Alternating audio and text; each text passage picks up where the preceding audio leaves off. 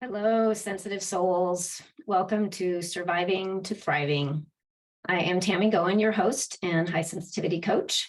And we're here to talk about all things high sensitivity so you can go from feeling overwhelmed and just like it's a struggle to be highly sensitive to embracing that trait, developing those tools that allow you to do that, to honor yourself and be able to really thrive.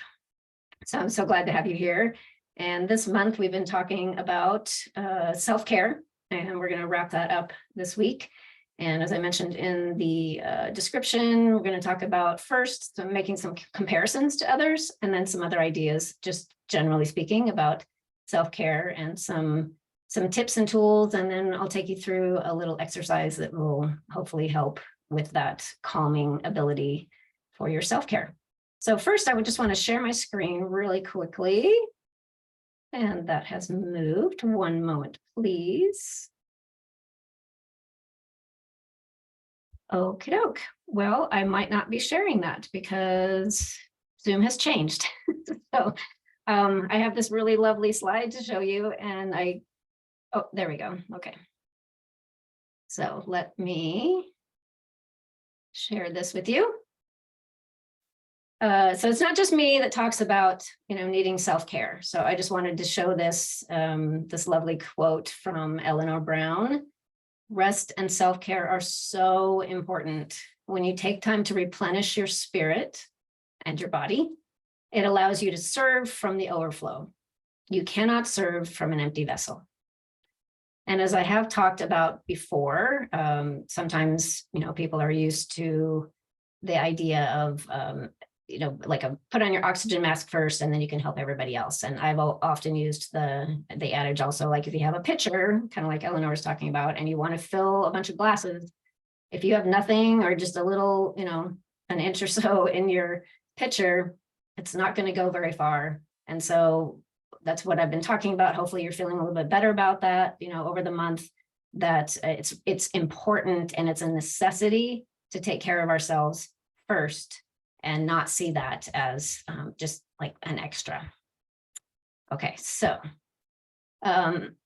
in terms of comparisons, it's really easy for us to look at other people, whether they're highly sensitive or not. Usually they're probably not. They're probably in that 80% range where things are just, not affecting them as much, and they can manage more, at least as we're seeing it from the outside, or not be affected by things as much, or let things go more easily, not be as sensitive. And so it's really easy for us to compare and say, wow, well, that person, all these people, they have these full days, and then they get to the end of the day and they still have plenty of bandwidth to go out with their friends or go to a party or see a concert or whatever it is that might come up.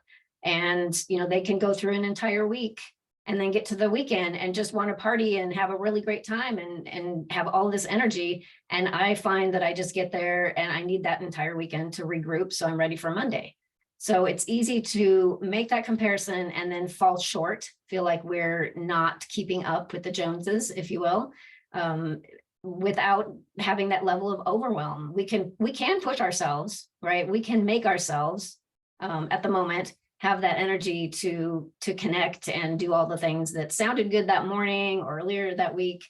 And then we're going to just be in that place of complete overwhelm, exhaustion. And then we're not going to be able to do anything for a long time. We might get sick, things will get in our way. So we have to learn to acknowledge and honor the fact that we are different. We are wired differently and we have different needs, and to not judge ourselves for that or see ourselves as falling short when we see someone else being able to do that very same thing. So one of the things we end up doing is having a lot of shoulds rolling around in our heads, right? So we have these, like, I should be able to manage a full day and still have energy left over. I should be able to get by with less sleep, to not take things to heart so easily and just let things roll off my back. I should be so much less sensitive, more like others, because we can see them like succeeding. At least that's what we're seeing. And that's one of the things to be aware of also, is that we don't always know what someone is going through. And there's probably been many times when other people have mentioned to you, like, oh, I didn't realize this stuff bothered you so much. Or, I didn't realize you were so so worn out or whatever, because you're probably pretty good at either hiding that or just maintaining, getting by, and other people might not even realize. But we, on the flip side, can not realize what other people are going through, and they might be like right on the verge of getting sick or becoming overwhelmed or having some kind of response reaction to those stressors. And one day they're going to just like not be able to come to work or something. We don't ever know that. We just can really, it's really easy for us to just assume everyone else has got it handled. I don't know why I can't. So remembering that that's not even, necessarily the case. I mean, non-highly sensitives tend to have a lot more energy and bandwidth to manage a lot more. They don't need as much downtime. So yes, we are different in that way, but hopefully you're learning to accept that and not see that as a negative thing or something that needs to be fixed, just honored and supported. So acknowledging that, okay, I'm wired this way, and I do actually need more downtime, and HSPs need more downtime. We need certain things to thrive that others that are not highly sensitive might not. And the reverse is true. There are some things that are probably easier for us because we're really in tune, or because we're listening to our intuition. Have you heard people say things like, oh, I wish I'd realized that, or I wish I'd gotten that like hit to not do that. Now I have to go back and undo it. We have that tendency to be able to look forward and notice things and say, I don't think that's a really good idea. We don't always listen to that. And that's part of that honoring and practicing, listening to ourselves and giving us that credit instead of trying to be like everyone else. But we do have different needs, and we need to acknowledge that and support it. So give ourselves more downtime. And then I believe in one of the previous episodes, I did mention that Elaine Aron, one of the primary researcher who is continuing to do so much in this field, has identified that really optimally, I mean, if everything was just the way we want it to be for highly sensitives to manage our systems and have everything work just right, we would need it would be optimal to have 2 hours per day and an entire day per week, probably the weekend, of just complete downtime, not engaging, not doing anything, just regrouping. And a lot of that also can be and is helpful if it is solo time. So I know of very few people who can manage that, have 2 full hours in an entire day, especially if you're running a business or you're an employee of a business and you have a family and you have things to take care of at home. And, that's a lot of time. But if you think about that optimally, wow, if I did exactly what I'm wired to need, it would be this much. And that's kind of like maybe a long, out there goal because it seems maybe unreasonable or unrealistic. But realizing that as far as we can get, close to that as possible, that's going to give us what we need to really thrive. So just getting to that point where we can say, yeah, I need more of that, and that's okay.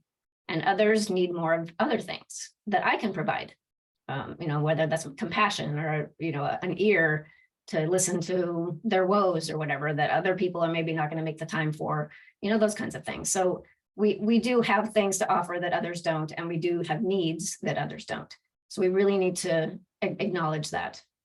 And if we're looking at, things that work for us, it's really helpful to create a list. And I would actually do this like on paper. That's what I do, like old style, or in your phone or on a file or whatever, but create a list of all of the things. You probably have all this running around in your head and you're like, oh yeah, I've got that. But then we don't always like pull it out when we need it, but a list of things that are really good for you in particular. It doesn't matter how that works for anybody else, but that help you to feel relaxed and calm, to increase your energy, feel, alive, vibrant, energetic, help you feel at peace, feel rested, just feel okay.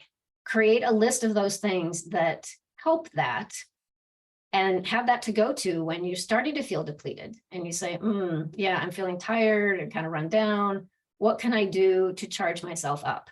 And you can go to that list, because sometimes when we're in that mode, we just don't access those things because we're focus more on emotions when we can't quite access that thinking mind quite as well, or we're feeling a little fragmented or distracted. So having that list to look at is really, really key. And sometimes it really helps just to be aware of what those things are. Sometimes we don't know, oh, I've never really thought about that. What actually does relax me? We're constantly going and taking care of people and, working, doing our projects, all that kind of stuff. We don't always stop and say, what works best for me? What's something that's really helpful for me? So that's just, a bonus of doing that activity, being really clear and aware what works for you, and then being able to honor that, of course. And then I also want to talk about one thing that's super important for our self-care that we can also compare with other people is our need for sleep. And there's really no way around this. You can talk with a lot of different people that have done the research and read the research and whatever. HSPs need a lot of good quality sleep. So if you've got all of these things going on in your life and you feel like, oh, I'm good if I can get 5 hours of sleep, you are doing yourself a huge disservice, even though you're saying, yeah, but that allows me to fulfill all of these needs and take care of all these people, et cetera. But eventually it's not going to work. You're going to get super run down, overwhelmed, exhausted, sick. And then, that's what happens when we get sick, right? Our body says, no, you need to stop and rest and let go for a while. And you have no choice because you're sick. But you can choose to do that ahead of time instead of allowing yourself to get sick and creating that need to slow down. So looking at those things that will help to improve your sleep and just have that mindset of, yeah, it's okay. And I need to have at least 7 hours of sleep at night. And maybe, on certain times when you've allowed yourself to, or been able to, allow yourself to sleep more, that, oh, optimal for me is 7 hours, or maybe that's 8, or maybe it's 9.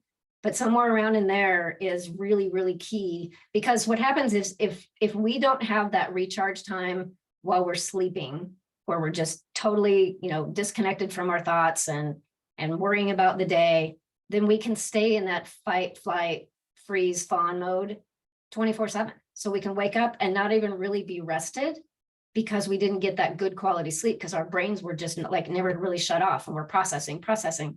So we need more time to be able to do all of that.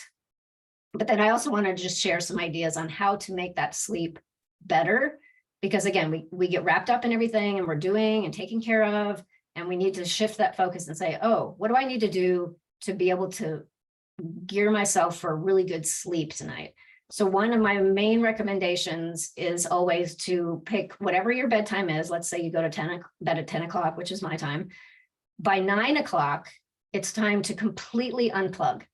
And that means you've finished your texting and you're calling people and your, time on the internet, searching things or watching, training videos or whatever it is that you're doing, that you end up doing more in the evening, especially if you have your own business. So that tends to be a time when people, or you're maybe have a secondary business and you're like, okay, evenings are when I can do all my stuff. And maybe that's, good for a couple hours, but that hour before bedtime, super important to just stop all of that and focus on something that is just relaxing and calming and lets your brain shut off. Then when you go to sleep, or when you go to bed and you want to go to sleep, you're not just like, just humming along, in your mind, and you can actually reach that place of calm and relaxation. You can fall asleep more easily. You can get a better, quality sleep, a deeper sleep, if you're not constantly, if you go to bed and you're still processing things and you're worrying about what's happening tomorrow or that thing that came up today, you're in that fight or flight mode, really. And so as you go to bed, if you are able to fall asleep, even with that going on, you're not going to have that restful sleep. So I think it really helps to shut everything off, have that hour of just you time, just relaxation, something that feeds you, but doesn't, there are a lot of things that feed us that invigorate us, and those are great. But then the hour before bed, not the time to be doing that, because then, your brain is just super active and it's hard to sleep. Some other things that could be helpful for that good sleep is to have a gratitude list. And you can start this fresh every night, or you can have one that's on your nightstand and you can just keep adding to it, or you can just, review through there, like, oh yeah, I'm grateful for this, and just bring that to mind so that you're sending out energy for one before you go to bed, that you're, wanting more of that. I'm resonating with these frequencies of these really great things, this gratitude. And then you get out more out of your head of all the stuff that's not working or that you're stuck on, for yesterday, earlier today, tomorrow, whatever. So having that list of just, reminders, all those things that you're grateful for. And usually over time, you can just, maybe start with 10 things on your list and you'll come up with another one. Maybe it's throughout the day, you can go and add it to your list, or as you're going to bed and you say, oh, here's my list. Oh, and I'm also really grateful for this thing that happened today, or this thing that keeps, coming up. I've realized like, oh, that's a really amazing thing. I'm really grateful for that. So having that as a practice before you go to bed, you can do that as just a general positives list. Anything that's going well, that's working, that you are probably grateful for, but you can just start to identify those things instead of holding on to the stuff that's not working so well. And, if you're spiritual and you like to pray or have some kind of something other than just like these lists, but some kind of awareness as you go get ready for sleeping, that shifts your energy, shifts your frequency, lets go of all of that other stuff, and lets you really sink into that mode. And we go into a state called theta as we're like drifting off, and we're very susceptible, very, able to, that's a good time for like reprogramming, as a lot of people will call it, where you get to just like give yourself suggestions and you're more amenable to that information in that state. So as you're falling asleep, having all of this positivity going through your mind instead of any of that negativity kind of programs that in at a deeper level. So that's really helpful too. And just being aware of what you might have as an intention before you go to sleep. And that might seem weird, but if you say, okay, well, I've got this sleep time, I'm going to be there for 7, 8, 9 hours.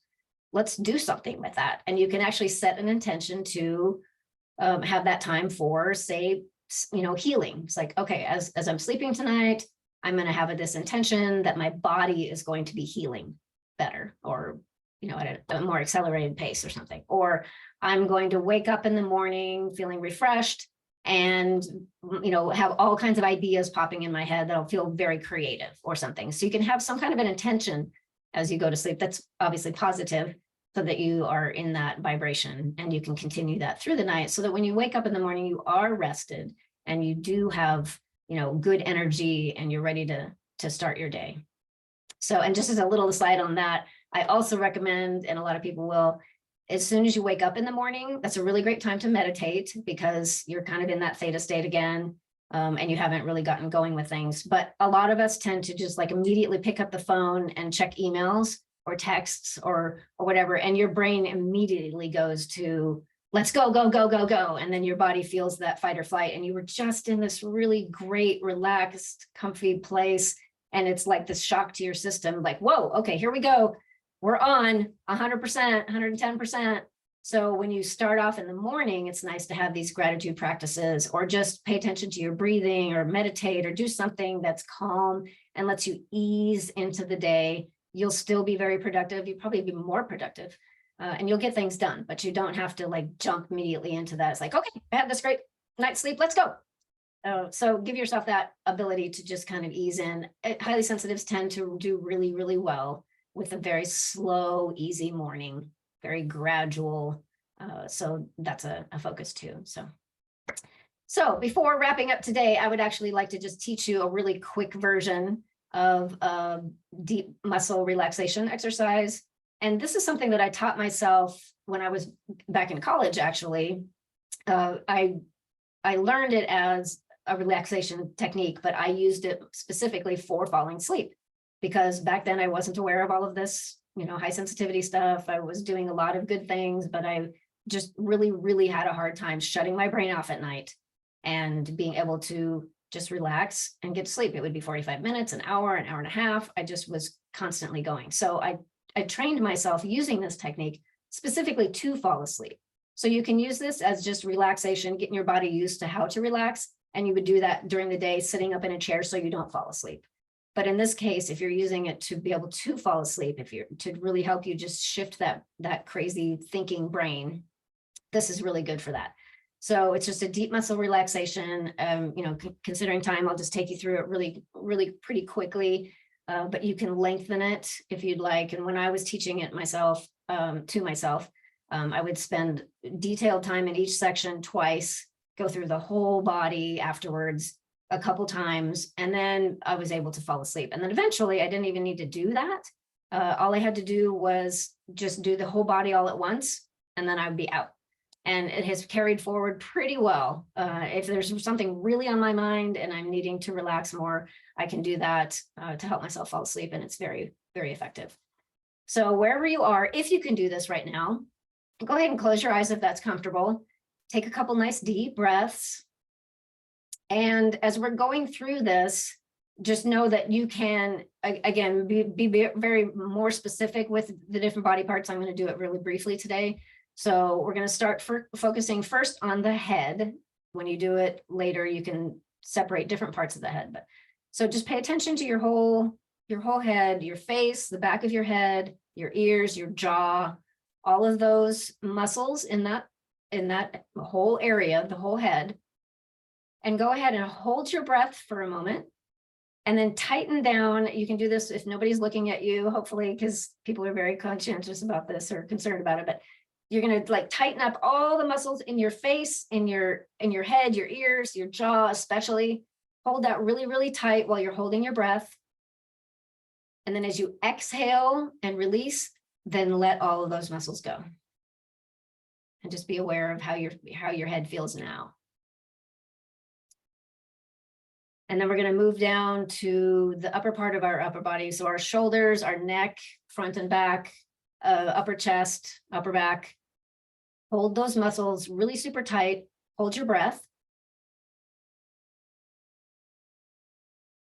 And then as you exhale, release those muscles. And then just pay attention to, how those are feeling. And now you're going to pay attention to all the muscles in your arms, all the way down to your fingers. So from shoulders all the way down, elbows, forearms, upper arms, hands. And you might even, squeeze your hands into fists, but tighten up don't worry about the other rest of your body will move a little bit because things are connected, but your focus is just on the arms. So see if you can just tighten up all the muscles in your body, in your arms and your hands. Hold your breath. And then exhale and release. And just notice how those are feeling. And then we're going to move to the lower half of our torso. So from your diaphragm area, all the way down your hips, your glutes, your low back, your belly. Hold all of those muscles really, really tight and hold your breath. Not worrying if anything else is moving or tensing, that's fine. And as you exhale, just let those muscles go and be aware. And then now we're going to do the upper legs, and this can go up in toward your glutes, but your thighs to your knees, front and back of the thighs. Hold those really, really tense. Your glutes and everything and your hips might fire, that's fine. Just focusing on the upper legs, holding them, holding your breath. And then exhale and relax. And then focus on your lower legs and your feet, your toes, your arches, your heels. Hold those muscles really tight. Hold your breath. And then exhale and release. And then now you're going to focus on the entire body all at once as much as you can. So from your head, your jaw, the back of your head, your ears, all the way through your torso, front and back, your hips, your glutes, your legs, down to your toes, all of your arms, your fingers. Hold everything in your whole body as tight as you can all at once and hold your breath.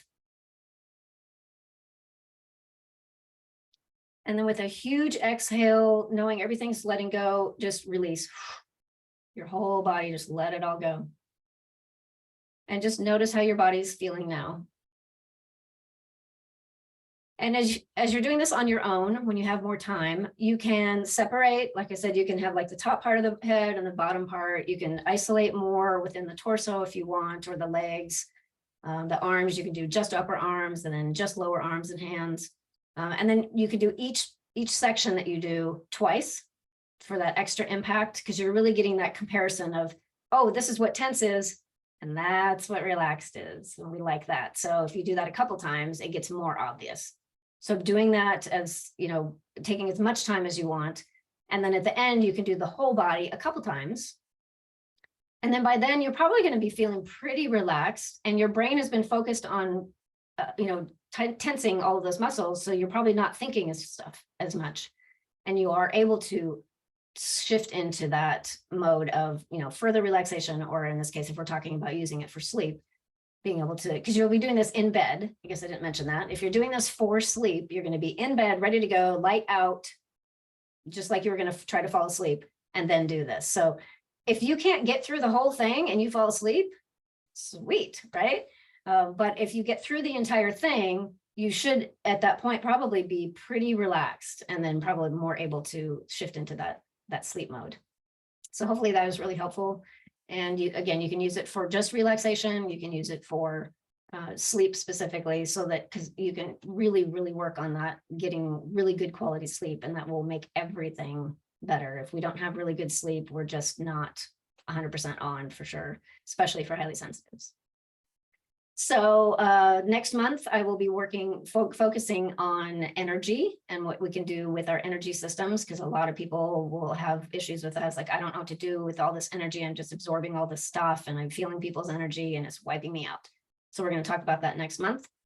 And if you would like to consider doing some more work, I'm definitely open still for one-on-one coaching, but I also have an online, very comprehensive online course, and that link is available in the description of this episode. And it's addressing all the things that we've addressed so far with the self-care, but also the nervous system, and then many, many other things that are pertinent to high sensitivity. So thank you so much again for joining, and I will see you next time.